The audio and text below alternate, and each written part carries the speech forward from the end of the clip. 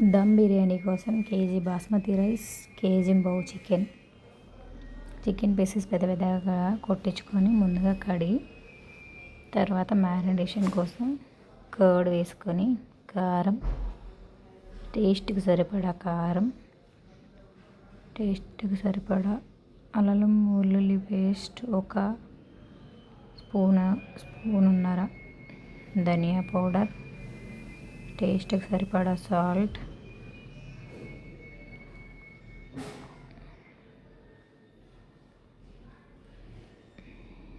బిర్యానీ మసాలా,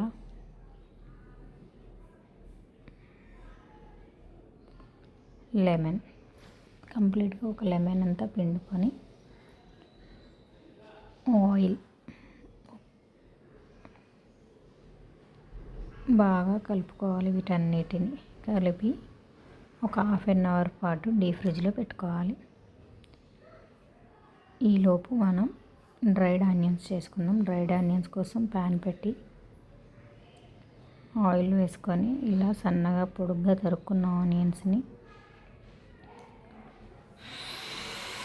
సిమ్లో పెడితే చాలా టైం పడుతుంది. సో హైలో పెట్టి అక్కడే ఉండి ఫ్రై చేసుకుంటే ఒక 10 మినిట్స్లో అవుతాయి.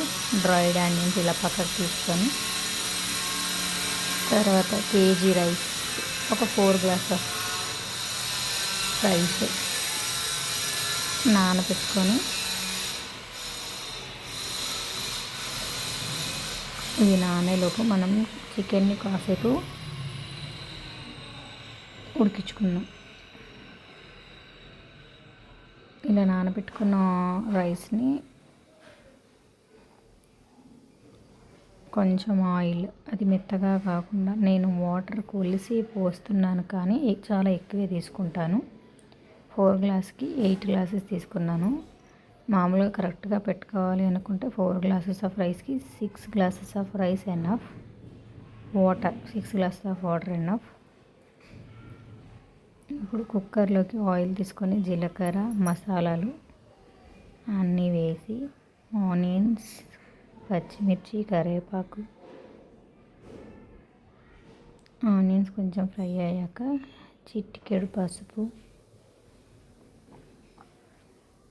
వేసుకొని, తర్వాత మనం మ్యారినేట్ చేసుకునే చికెన్ని వేసేసుకోవాలి. ఇలా ఈ చికెన్ ఉడికేంతలో మనం రైస్ని కూడా కొంచెం బాయిల్ చేసుకోవాలి.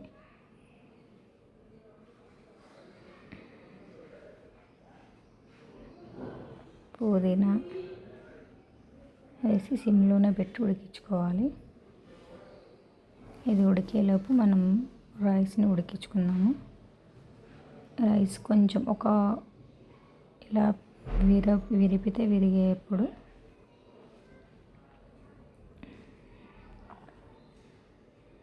విరిగేలా రైస్ని ఉడికించుకొని, నేను ఈ రైస్ అంతా జల్లిగిన్నెలోకి పోసుకొని, వాటర్ అంతా పోయాక ఇలా మనం ముందుగా వేసుకున్న చికెన్లోకి ఈ రైస్ అంతా యాడ్ చేసుకొని, పైనంగా డ్రైడ్ ఆనియన్స్, పుదీనా, కొత్తిమీర, లెమన్, గీ వేసి సిమ్లోనే ఒక 20 మినిట్స్, కరెక్ట్గా ఒక 20 మినిట్స్ ఉంచితే పర్ఫెక్ట్గా పొడిగా బిర్యానీ రెడీ అవుతుంది. నేను ఫుడ్ కలర్స్ ఏమీ యాడ్ చేయలేదు.